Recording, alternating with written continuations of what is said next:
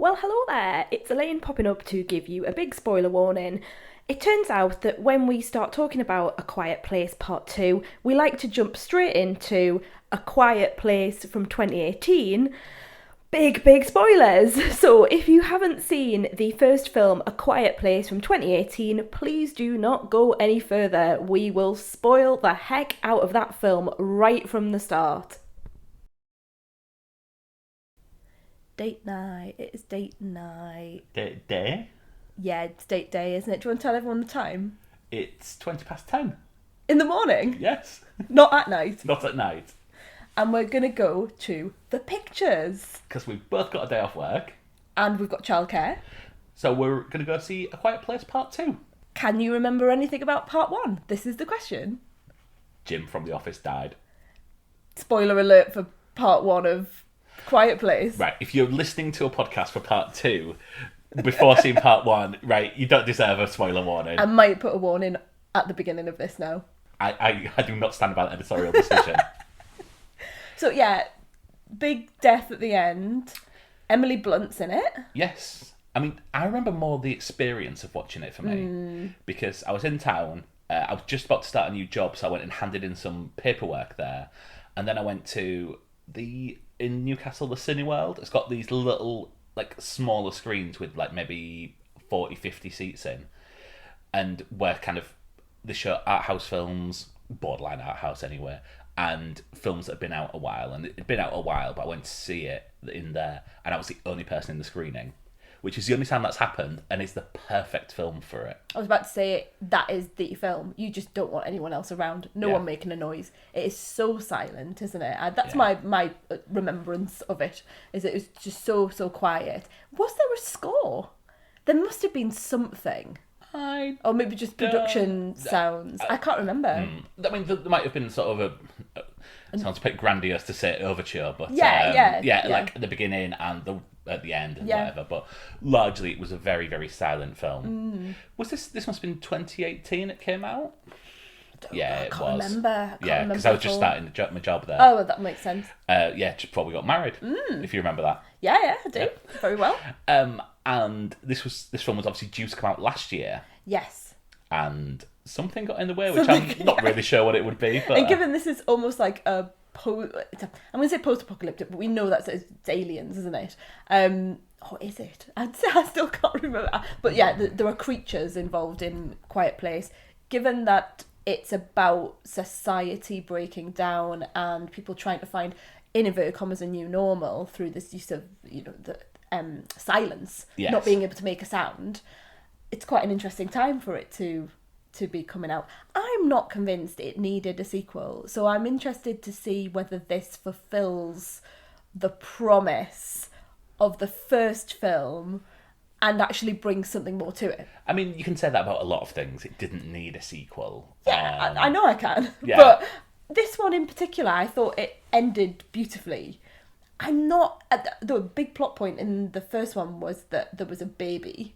Emily Blunt and Thingy from The Office had a baby. John Krasinski. Jim from The Office had a baby. And I'm not sure whether I'm going to find this difficult, given our difficult circumstances that we've had in our personal journey, without sounding too weird.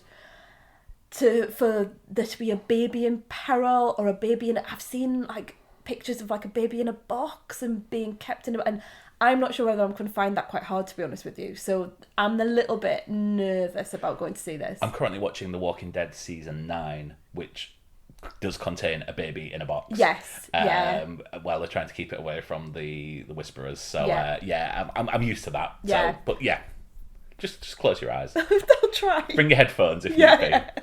I mean, you won't miss anything. No, true. Have a podcast on while you're watching it, and you might miss some of the atmosphere. But yeah, don't know what's going to happen with it. Don't know what the plot point will be, apart from the fact that they've now got this baby to keep quiet. One thing that I've just come to mind, what was that film that came out, I think, about 6 months after it, that was clearly they were both doing it at the same time? The one on Netflix, was that the one Sandra where Sandra Bullock, but she wasn't allowed to see it? Yeah, I did. Bird Box? Bird something. Yeah, Bird Box, yeah. I didn't watch that. Oh, I did. Did you? It was all right. That was it. It was all Is that right. it? Yeah, that's the I was waiting official for something else, honeymoon but- period podcast. It was one of them things. It was a good half hour, and then it just kind of Didn't it go viral or something? You know, it was one of those first films on Netflix for people to say, oh, you've got to watch this. And it was like you know, before they didn't used to do what's the top trending things on Netflix, but Yeah. it was the first time. Someone said, this has, didn't they release the figures or something they like that? claimed that it was the biggest watched film on Yeah. Netflix. That's it. Which I think for it to be classed as a watch, you'll need to see like 15 seconds of it. Mm-hmm. So if people turn off after 5 minutes or even a minute, then so what? But yeah. Bit of a diss for Netflix there. Well, no, but that's how they count their numbers. Like, it's not necessarily representative of what people have actually been watching at a point. But yeah. Well, it'll be interesting to see who turns up to this showing at the actual pictures. We've got our tickets already because we're proper nerds, and we've booked the seats that we want. Yes. And we're gonna go have a Nando's beforehand. It's very exciting. Healthy. Yeah. Oh yeah. Absolutely. A bit of spicy rice. It'll be fine. I might pinch a couple of your chips. Yeah. And then so daytime screening. Mm-hmm. I think it's either out today. It might have been out yesterday. Or like previews yesterday. But yeah, I think we're ready for it. Ready for it. First time going to the cinema together since Tenet. Well, that worked out well. So Let's go. cool. Let's go.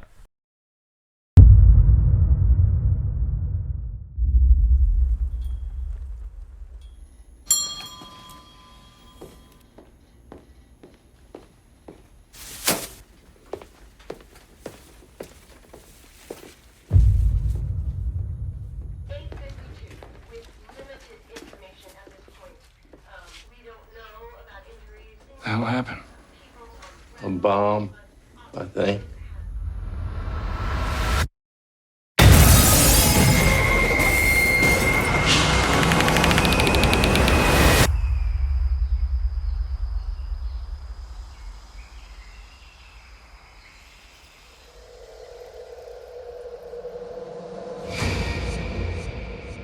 I don't know why you came all the way up here. There's nothing left. There are people out there. People worth saving.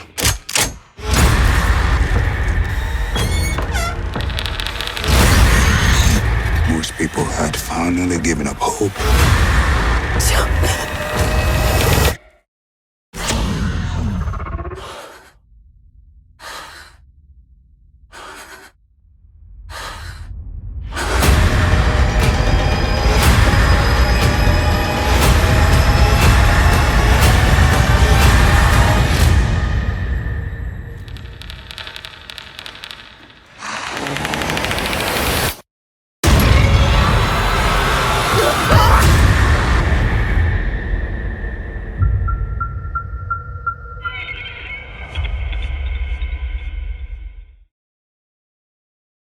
Flaming hell.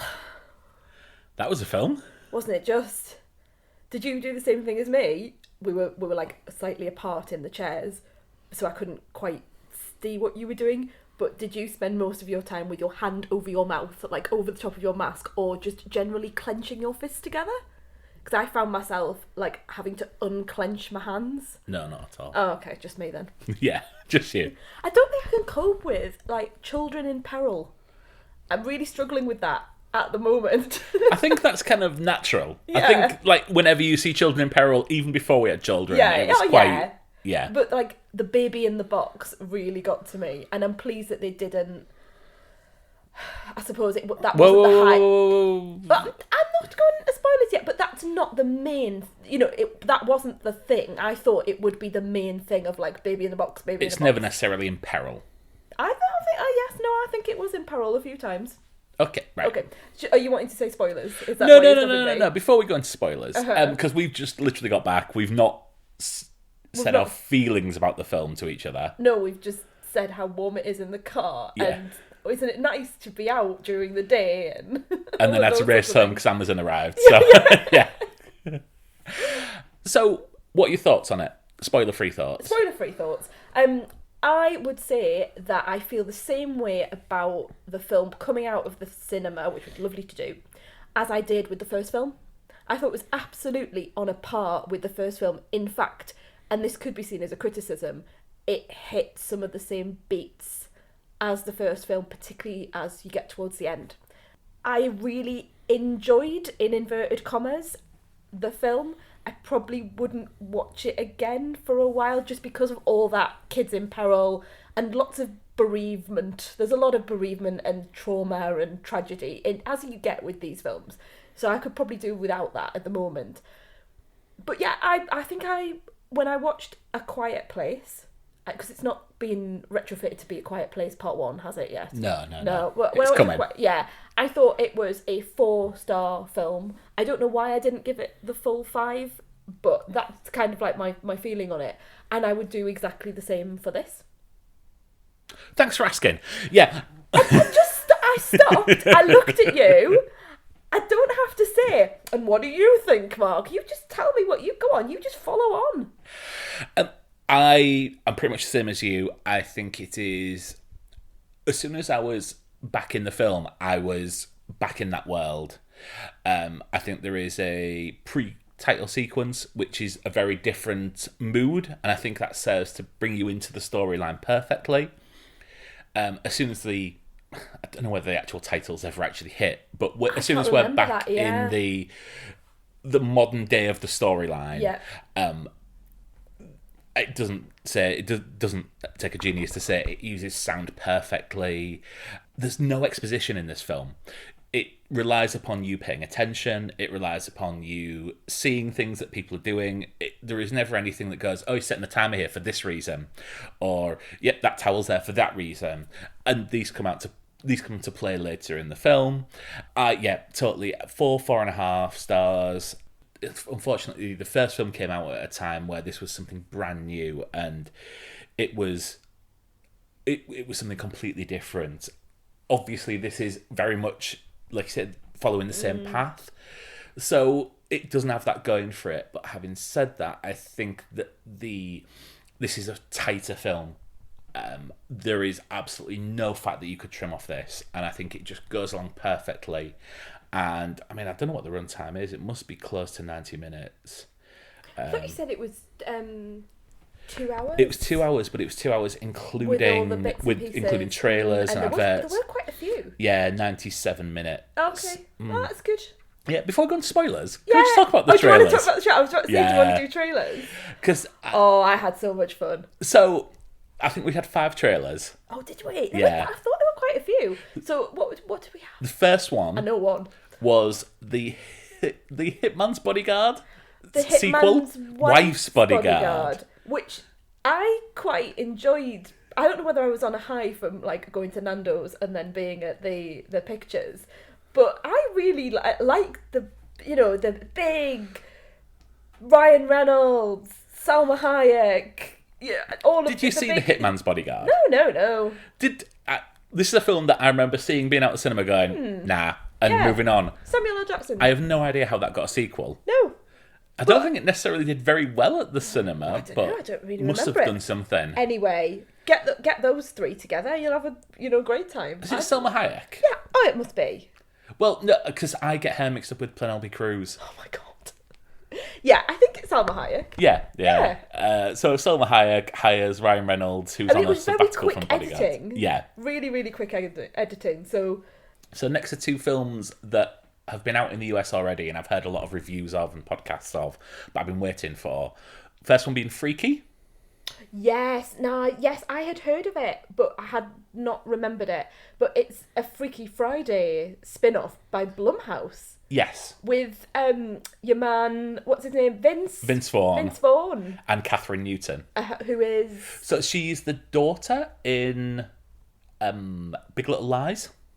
Oh, I remember that. We watched that. We really enjoyed that. And I don't recall her from that. Whose daughter is she? Is she Reese Witherspoon's daughter? So whoever... No, she's not. So whoever Adam Scott is with, she's the daughter. Well, that's Reese Witherspoon, yeah, isn't then it? that's... Yeah, I didn't think it was her. Okay, didn't recognise her.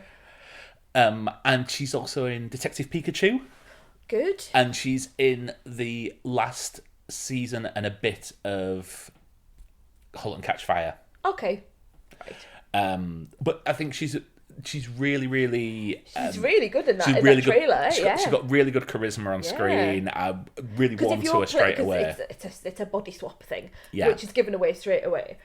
So it's not spoiling anything. But if you're going to play Vince Vaughn, you're going to have to be quite a strong character. Yeah, and have a lot of charisma carrying you. But yeah, I'm really excited to see this, and that's coming out soon. I don't know whether the trailer looked half decent. I wasn't blown away by it. It was very quippy. It was a little bit. It felt a bit Buffy at times. It felt a bit almost Stranger Things. It actually reminded me a little bit of The Faculty, just in the style of it, because it was school. But that's me thinking about like 1998 as per usual. Yeah, I'm interested to see it. I'm not entirely sure it's going to be a showstopper, but I'm happy to be disproved. Nobody. No, but yeah, that seemed to me to be a Liam Neeson type of film where... It's Bob Odenkirk playing Liam Neeson, playing Brian, whatever his name is. I used to be really bad, and I used to be in with all these gangs and everything. I was like a hitman, and now I have a quiet life with my family, but now it's a bit John Wick as well, actually. Oh, well, it reminds me of... This is a film, I'm not sure if you've ever seen it. Have you seen A History of Violence? I have, a long time ago, and I don't really remember it. Okay, so it's Viggo Mortensen playing a man with like a cafe owner, I think he is. But who's the director in that? It's a really well-known director, isn't it? It's Cronenberg. That's it. Yeah. Is it? Yeah. No, it is. It is. Okay. She said. I'm not actually sure. She said, "Going. That sounds right. Let's look it up." And then we have the Black Widow trailer that I've seen a million times. I'm so excited for that. Oh, but... I was thinking of you when we were watching it, and I was thinking, you really, really want to see that. I'm only there for War David. I think we've gone over this before. I'm going for David Harbour, and that's the end of that. He better be in it more than a few times. And I'm going for Florence Pugh. I need to get my who fix definitely of David does seem Harbour. to be in it quite a lot. Yeah, she is. Yeah, well, we all know what's going to happen there, don't we? And then Fast 9. And then my favourite trailer of them all that had me rolling in the aisles. I live my life at a mile an hour, or whatever. Like, a mile an hour? I don't think that's quite what happens. A mile at a time. Oh, he's just so good, Vin Diesel. Like, he's so good, he's bad. Or so bad, he's good? Possibly both. And it's the same thing. It's all about family. It's all about family. With John Cena. Playing Vin Diesel's brother, which I didn't know up until seeing that. Hey, little brother. I mean, they're both quite big men, but they're facially and just everything else about them, they're very different. I don't see John Cena being Vin Diesel's brother at all. But it's great. I'm willing to accept it for the purpose of this film. I am willing to accept everything. And I feel, though, Mark, that I've seen the entire film. That's my only thing about these trailers. It's like, leave something for when we get there. Leave the great big action scenes, the car on a rope, the truck flipping over. Just give us something. Even like the big reveal at the end of like a character reveal that we all knew was coming because it was released beforehand. But save it for the film. I don't need to actually see it before I get into the film because I might forget. I might forget about the person coming back. Yeah. But I love it. I'm very much up for going to see it. Really? Oh, yeah. I love this franchise. Have you seen them all? Yeah.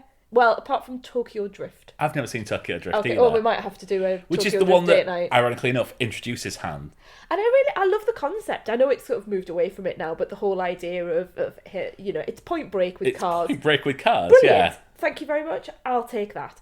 I like the way that the women are integrated into it's being integrated into the franchise. I mean, it's still like two blokes fighting in the middle of it, but you got Charlize Theron being a big bad as well. I think it's mad because the whole plot, like the plot lines have just rolled in on themselves and nothing makes any sense. But you can go in and watch like Fast 9 or whatever they're going to call it. You can go in and watch it and just take it as it comes and forget about everything that's gone before. And all you need to know is Dom's there, he's protecting his family, and now this is the person who we've got to protect the family from. And he's got a child called Brian. Got a child called Brian. Of course he does.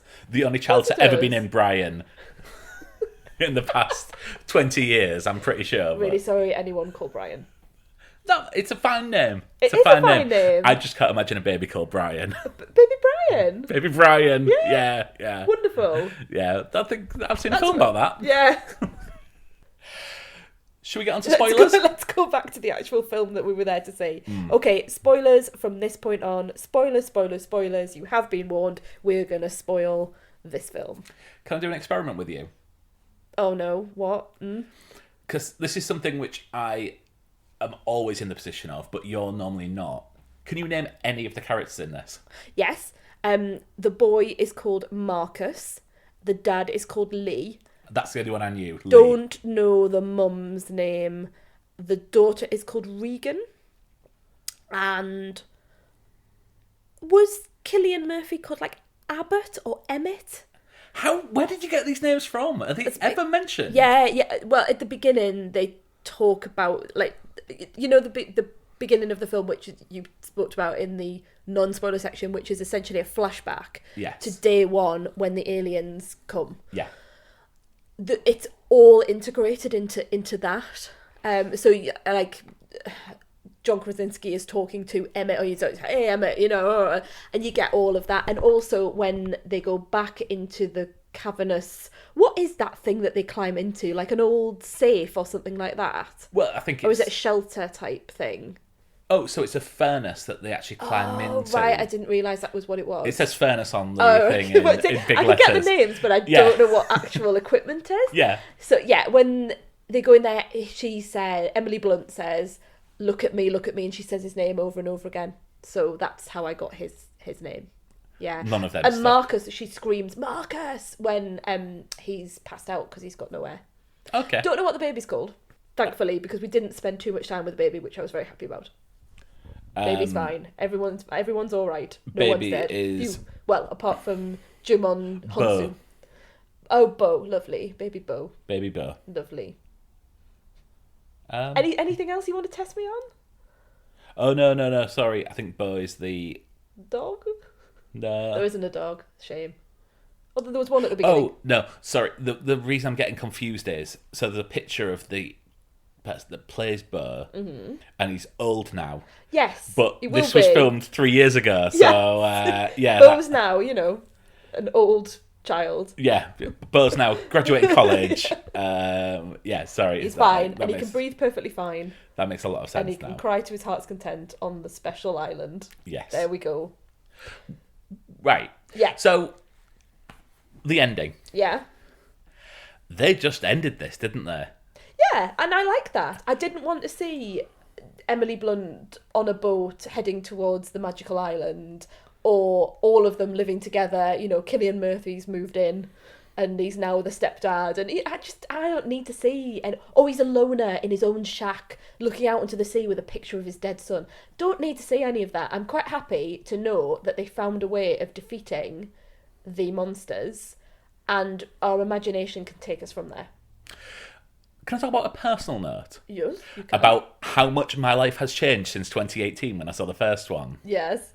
Because I'd completely forgotten that the daughter in this is hard of hearing and has a hearing device, which I think was made by John Krasinski in the first one. In the first one, yeah, I remember that a big as well. plot point. She only has one, and you would typically have bilateral hearing aids. We know too much about hearing aids. Obviously I had no involvement with BSL. Obviously we've learnt BSL a little bit since then. They obviously ASL in this, but British and American Sign Language for people, and the feedback that you get when you take out it's right on the nose, and so and it's so loud, and you think we've got in our house, we've got hearing aids that are very, very small because they're for our son, so you can imagine they're really, really tiny to fit behind the ears, but the noise, when you get any level of feedback from it, you can hear it across the house. You know that it's out. And even when you take it off, like take it off in the car so you didn't eat them, you know, you can really, really, that it goes, he laughs. Yes. He laughs because it's just so piercing. We know full well just how sort of painful to our ears the feedback can be, in they're not even full whack, the hearing aids that we've got at home. Do you think that we are part alien? No, I don't think we are. No, I haven't got that many teeth. Yeah, fair enough. But it's really interesting that at that point where they zoom in on the alien sort of it looks like cochlea, Yes. the inside of the ear, and it's pulsating as you would see within the ear and the eardrum, and really honing in on that idea that they have such good hearing that a sound like that would be piercingly debilitating to them. Yeah. So it's clever. I think the acting in this is so good. Millie Simmons, who is a deaf actress herself, I think we're now seeing people with disabilities playing people with disabilities on screen, whereas a few years ago you would always have seen people definitely have a hearing actress playing this part. Yeah, I think that's right. I think it's so good to see the representation on screen for a start. But it was great for me because I was trying to pick up, because obviously there's a difference between BSL and ASL, Yeah. and try not to look at the subtitles and work out what was going on and see if I could interpret the sign language as we would do typically. I was doing the same as well. She's so good at this, and she's brilliant. The way that She's she absolutely acts brilliant. the way that she acts, and the way that the John Krasinski, who's the director of this, represents that when she doesn't have a hearing aid with just a complete silence, and Or the heartbeat, you can hear Yeah. the heartbeat, but apart from that, and really well behaved screening, because it could go either way. Yeah. I mean, there was one point where I had a coffee and the final sips of it, like the plastic lid, like came in on noticed itself. that. Oh, I heard it. It went straight through me. Yeah, you know what? I didn't even think about the audience all the way through, so they must have been. Someone got up to go to the loo, and I remember thinking, "Oh, poor you," having to, because she was creeping down the stairs, but I didn't even see her come back in. So I was obviously really engrossed in the film. I saw that a couple of times, but I think Cillian Murphy is a great addition to the cast. You would never get a poor performance from Cillian Murphy. I don't think I've ever seen anything with Cillian Murphy where I kind of think, oh, that's average. He's someone who's so traumatised. And it's the same with Noah Jupe, I think his surname is. You can his character, Marcus, the young lad, you can see the fear in him. And you can see he's probably had anxiety before, because we've, in the flashback, can see that he's really struggling to hit the ball, and she's going, just breathe, just calm down. She's clearly got an anxious personality. Yeah. But this is going to really, really hit you in the face, isn't it? But Cillian Murphy, and physically as well, so he starts off just really quiet, the cap down, the thing around his face, he's got his mask on, and as the film progresses, the hair goes off his face, his beard almost looks more trimmed, and you get to see more and more of him facially, and more of his body, and it's like you can see the weight physically coming off it, because he's found purpose in his life. Yeah. And the move from, and I found it really honest, that he would say, you've got to go, I can't be in charge of, and I can't be responsible for someone else, because they're just going to die. Because all the way through I'm thinking, it must be so much easier if you're by yourself, especially when there's a baby that you can't that's control. ridiculous. Yeah, Absolutely ridiculous. yeah. Sorry, Yeah. let's not talk about the other option that they had. But yeah, No, I know, but it just, it was great that there was like the box and the oxygen and everything, but then to make that a plot point of like the oxygen going down, it was too much for me. Thanks very much. And also, I love the fact that no one ever says to you, oh, look, the oxygen's going down. Yeah, That's what I'm talking about with the... Yeah, and that you said for the timer. Yeah. Because I didn't know what the timer was for. I thought, oh, maybe that's the time when they go away. But clearly that's the time where you've got to get out. Yeah. And the towel and you knew it was coming. As soon as I saw the timer, as soon as I saw the towel, I knew peril, oxygen low, peril.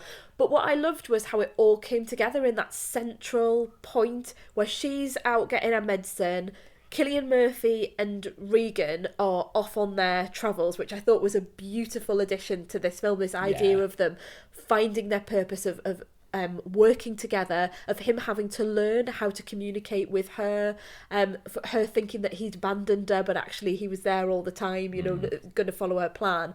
And then the young lad and the baby being trapped in the furnace. Yeah. All of that coming together, because I was thinking, oh no, it's too much. But I like the fact that there was a positive resolution to all of those things. They need a regulator on the oxygen. Yeah. thing. That's all I was thinking about. Yeah, that you need probably 0.1. Yeah, we've had lots of experience with those oxygen tanks at home and on a baby, funnily enough.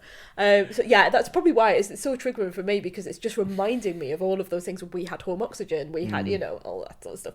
So yeah, I thought the acting was just superb, and sometimes with children, like kid actors, you can see it, can't you? And you kind of go, but I didn't feel like that at all. I really felt, particularly Marcus, Noah Jupe, I really felt his fear the whole time. Well, he's had a really good year, because he was in. He was in a TV show that you watched and I didn't. Yeah. In The Undoing. Yeah, he didn't have quite so much to do in that, in terms of being fearful. Okay, it was in Ford and Ferrari as well. Didn't see that. It was in Holmes and Watson, apparently. Oh, poor him.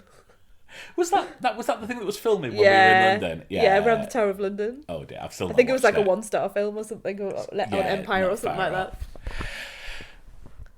Yeah, I think you're quite right that everything ties together so well. Like, as soon as you see Cillian Murphy say to the daughter, again, you're going to have to... Reagan. At the baseball game, how do you say die? Yeah. And I was like, I love that. This is going to be... That I was bit. like, just tick... I didn't make a see note that at about all. where I to... thought it was showing his... I thought it might be trying to suggest at the beginning, although I know this didn't follow through, but almost like suggest his ignorance, in that he hadn't really tried, or that he couldn't quite get it. How do you do that? People who go, oh, how do you say that? How do you say that? That can be quite annoying sometimes. But I love the fact that they didn't make him out to be someone that was ignorant, that he needed to learn how to communicate, but also that he utilised that sign later on. I was punching the air when that happened, particularly these horrible people from, the extras from The Walking Dead, when they turned up. That is very, as someone who I said is watching The Walking Dead, that is every plot from the past, 4 seasons, just different versions of that plot. And there was I felt a real sense of unease with that, especially when one of the men, who turns out to be Scoot McNairy, because when we came out of the cinema, Scoot McNairy's name came up, and I was like, where was he? But he's one of the hideously thin and traumatized people. But when he takes her off, he essentially takes some of her clothing off and puts the thing. And I thought, oh God, please do not take this into some sort of abusive plot where they're taking this young girl away and they're all older men. Yeah. And I felt my stomach turn, because I thought, please don't put that into this sort of film. But I loved how Cillian Murphy devised the escape, and then I didn't pick this up. When they got to the island, and the island's like some sort of paradise. Yes. Did you get that the whole point of the reason that the island was okay was because the creatures can't swim? Yes. I didn't get that. I can understand why you didn't. It's very subtle. One of the creatures dives off a boat Yeah. and then just never reappears. Oh, and right. I think, that's what I said, the economics of storytelling in this is so good, because I know he's behind him and he's swimming away really quickly, but I didn't feel any... I just thought, oh, he got away. Going back to on the marina, Yeah. This will mean nothing to you, but this is for anyone listening who's ever seen It's Always Sunny in Philadelphia. I honestly thought they'd cast the guy who plays Cricket as the main man, who turns out to be Scoot McNairy, who's this guy who, in the early seasons, he is a priest who's obsessed with Dee. He's formerly been in love with her. He leaves the priesthood, and life goes on over the seasons. His face gets burned off. He becomes feral. He becomes addicted to drugs. And by the end of it, he looks like... Perfect for a podcast. That. Right, okay, yeah, fair enough. Just look up Cricket. It's always funny. It's always funny in Oh, Philadelphia. it's always funny. Which it is. Sort of. Yeah. How did the aliens get across the island? Were they clinging on to the boat? Yeah, so they were on the boat, and the boat then drifted across to the island. I thought... Now, I don't know if it was by design. I thought the boat... steering it with the little tentacles. But, they are meant to be quite clever. Little captain's hat on. But, little corn pipe like a Popeye. He can hear something, and then you see the boat, and you think, well, they are on... Yeah, sorry, I understand that now. I thought it was a boat. I thought when Cillian Murphy goes and sees the boat, I thought that was the boat they were on. And No, yeah, it was the boat they wanted to be on. He's looking at it as if to say, oh my God, that could have been our boat. Yes. But they're all over it. And then she picks him up because Yes. she's already on a boat. And it's like, oh great, she's now saving him. You know what I thought? I thought, oh no, he's going to find out they're like, I don't know, something from the Wicker Man or something. Because when he goes and he hears the noise and he's and I thought, or maybe they've got one captured or there's people down there. And I thought it was going to be a horrible reveal that this Paradise Island was actually something awful. And what they thought was salvation is actually, not that at all. But no, they were just on a boat. Still kind of weird about Cillian Murphy's wife, though, isn't it? I don't understand that bit. Because earlier on, he says she was very ill. Yes. So when she started screaming because of the pain, he had to leave her in the house. And that was essentially part of his trauma as well. His kids have died, but also he's had to leave his wife screaming in the house. Is that reveal meant to show us that he didn't actually do that at all? That he brought her... Yes. To this place that he was staying at. That was my take on it. And she has died. Yes. Because she's not dead by the monsters. No, she's just... So he was there looking after her. So yeah. Is the film suggesting to us that he was saying things to put them off? Yeah. To say, I left her, and actually he didn't. That was my take on it. I'm not entirely sure that's clear. The fact I've had to think about that, and that reveal just... Yeah. I needed a bit more from that. Fair enough. Yeah. It worked for me. Yeah. Although I did think it was going to reveal that Cillian Murphy was this odd soul, but... I did as well. I think all the way along you're thinking, is he a baddie? Not necessarily a baddie, a bit... He's gone, gone in the mind, maybe. Yeah. And that he's going to turn out to be someone that you don't really want to be hanging around with. Still might be. Well, you never know. Think we get A Quiet Place Part 3?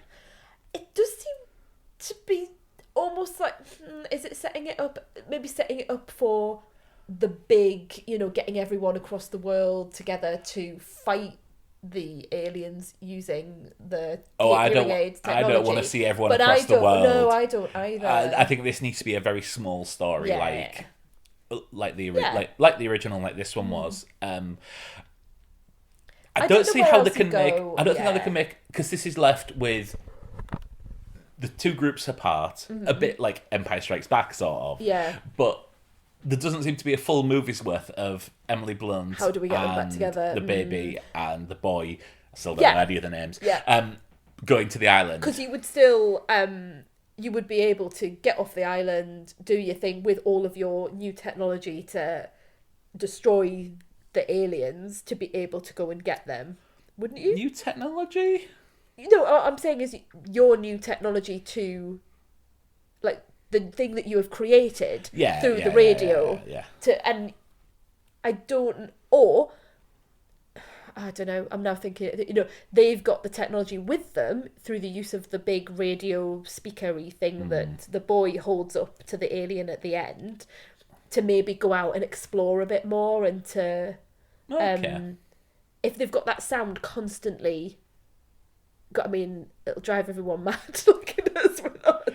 But if they've got that I think feedback, it's the lesser evil. Lesser of two evils. Yeah. But if you've got that feedback pushing through, then maybe you're able to go out into the world and find. I don't know. I didn't really think about the fact that they were apart. But you've got Cillian Murphy still alive. He'll go back and find them. It's not like everyone's dead and how are they going to find each other again? But this doesn't end with a. This doesn't end with a, like... This ends with, we've got two dead aliens. Yeah. Like, this doesn't end with any all of kind them of... kind of destroyed in the mind. There's not a pan out of them going, we all need falling to to find the floor. each other, blah, blah, blah, blah, blah. Yeah. There is no finality to this. Right. I think we're in for a third one. I imagine it's probably been... I mean, to be fair, I know you're saying that I don't know how they're going to do that. I couldn't see what they were going to do with this plot line, and I was really pleasingly surprised. I got 30 minutes into the film and I thought, where's this going to go? Yeah, okay, you've met Cillian Murphy, but now what? Now is it just going to be he's a baddie or not, or you're going to be at his. I thought he was going to shove them all into that furnace and keep them locked in, and that then they would have to try and escape. And actually, you weren't escaping from the aliens; you were escaping from him. And then that when he throws in that line about, you don't know who's that, you don't know what they've become. And the whole idea of him not responding to John Krasinski's signals, where they could have all been together and they could have helped each other. I thought, oh no, we're going to get that plot of, we've said it a million times with the Walking Dead plot line of people who have, created their own worlds and not necessarily good ones. And it's going to be them against these people, but we only got a flicker of that. So, I mean, they made a whole film out of this. I don't know what maybe if I'm doubting whether they can get a third one out, but I'm sure they can. I think they'll find a way. If this makes money. Money, yeah. I mean, the cinema wasn't massively... Obviously, it's not going to be packed. There were, sort of 10 couples? Probably, yeah. 10 couples. Probably that's about right, yeah. Yeah, most people in twos. Friday lunchtime, it's not like it's not a prime spot. And yeah, there's plenty out at the minute. And I think people are still a little bit hesitant to go out. Like, this is the first big release that hasn't been out in a different form, I guess. So we'll see how it goes on the box office and see how many people are willing to go to the cinema again. How did you find the cinema? Oh, lovely. It reminded me of when we went to Tenet. It was the same structure in terms of the sanitisation, the masks, the way that you get out, because you don't go out by the same route anymore. You go straight out into the car park, essentially. Staff are lovely. I wasn't worried for 1 second. The only difference being now that you have to keep your mask on throughout the entire performance, apart from when you're eating your Rocky Road and drinking your coffee, which I did. Yeah. And I think that seemed to be pretty well observed by everyone. Absolutely. I didn't see anyone being an idiot, Yeah, no. I hope people will start going because as long as they feel safe to do so. And we were in a cinema that had posh seats that reclined when you press little buttons, which we have great fun with. And they had a tray essentially between. It's about being on an aeroplane, isn't it? Where you get your little tray that you share with the next person. We don't have seats that comfy on an aeroplane, I'll tell you that but now. I went about the little tray in between the two of you, that you can put your coat on. I'm not going to put my coat on there. You can put your drink on and your phone and all of that sort of stuff. Not that we keep our phone on there for emergencies, but you can normally meant to put your phone away. But we need to see just in case someone decides to have a bad day. Anything else? No. John Krasinski. Yes. Proper man crush. He's a hot man. A hot man? No, I should not say things like that. I don't think you can pull that off. No, I need to edit that quickly, don't I? But yeah, he is such a good looking fella, isn't he? When he appears at the beginning, he's got his little lumberjack shirt on, and I think he must have been... I wonder if he was filming the Jack Ryan series, because he's proper buff in this. Jack the Ryan. Yeah, is it Tom Clancy's Jack Ryan? Yeah. I remember watching that scene and he's all pumped up in that, but he's proper beefy in this, and he doesn't need to be. It was good, yeah, it was a really good series. I don't really remember anything about it. It's obviously not stayed with me, but I enjoyed it as like just a Jack Ryan series. Do you prefer him as Lee in The Quiet Place or Jim in The Office? Oh, Jim in The Office, probably. Oh, really? Yeah, because it just reminds me of youth and happy times and and just, looks to camera. He doesn't do quite as many in A Quiet Place. Fair enough. He looks very angry and worried all the time in A Quiet Place and A Quiet Place Part 2. So I wonder why. I like to see him looking sort of less... Did you get the feeling that he was a police officer? Because he went up to the police officer who was in his uniform and he went, "What have we got going on?" Like as if he was in charge. Did you get that? Kind of, yeah. Because of course you never know what they did for a living beforehand, but I really thought that was giving you an indication that he was a police officer and therefore had skills that would help him. But it seems largely like it's a small town where everyone knows each other anyway. Like, I agree. Yeah. It was sort of almost a commanding sort of like, "What have we got?" And then him saying, the other guy was saying, director, you see. Yeah, I know, but like saying, "Oh, we've got," and giving him more information than perhaps he would give a member of the public. So I thought that was a nice sort of nod to what he might have done before and how that had, like having survival skills from that sort of role. So, strong recommendation. Yeah, strong recommendation.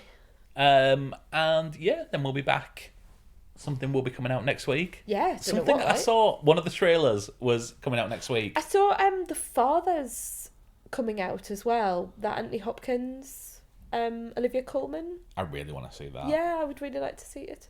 Is that you being sarcastic? Or No, I really want to see it. I thought you did. I really want to see it. Wink, wink. But yeah, when I was in the loo, I saw a poster for it, and I'm sure it said something like the 11th of June. So that might be one of the next ones coming out. So Nobody's out next week, and The Father. That's a double bill. Yeah, isn't it? Wow. Oh well. See whether we get one of those. I will be. All right then. Thanks very much. Right. Well, thanks a lot for listening, everyone. Thanks for listening, everyone. Please drop us a follow on Instagram or Twitter not at the Quiet Place. No, not at the Quiet Place. At the Honeymoon Pod. That would be an intellectual property problem. And if you would like to leave us a review, that'd be much appreciated. It really helps people find the podcast. Did you say you would like to lose a review? Leave us a review. Oh, leave us a... I thought you said like to lose a review. But yeah, leave us a review. That would be lovely on Apple Podcasts and places like that. Anywhere that you can leave a podcast. No, anywhere that you can leave a review. Oh, Yeah, let's stop now while we're ahead. Let's stop now, yeah. I think we're behind.